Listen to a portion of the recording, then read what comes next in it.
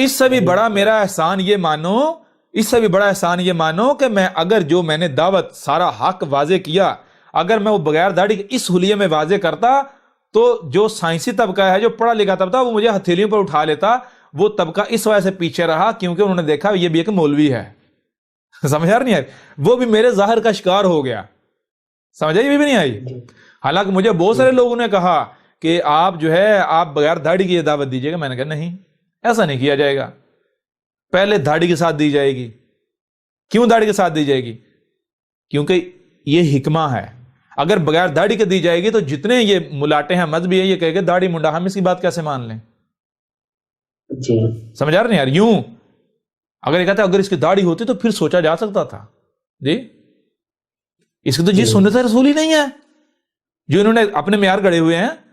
تو لہذا داڑھی کی بنیاد پر کوئی بہانہ تو نہ رہا ان کے پاس.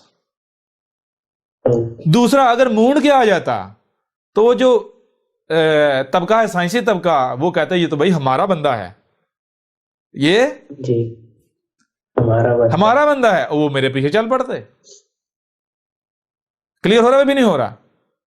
بالکل. لیکن کیا وہ یہ اس کے اہل تھے؟ نہیں. اگر وہ اس کے اہل ہوتے تو وہ داڑھی سمیت قبول کرتے نا جب داڑھی تھی.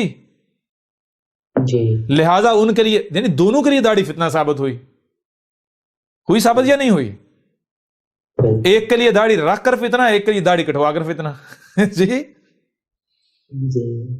تو اب غور کریں، اب ہم داڑھی کے بغیر بھی آئے، یعنی جن کے لیے داڑھی میں آنا تھا تب آئے جب ان کے لیے داڑھی میں آنا حق تھا. جب ان کے لیے بغیر داڑھی میں آنا حق تھا، ان کے لیے بغیر داڑھی میں آنا آ گئے. سمجھ نہیں آ رہی؟ اس طرح جن کے لیے جب بغیر داڑھی میں آنا حق تھا تب بغیر داڑھی میں آئے، اور جب داڑھی میں آنا حق تھا اس وقت داڑھی میں آئے.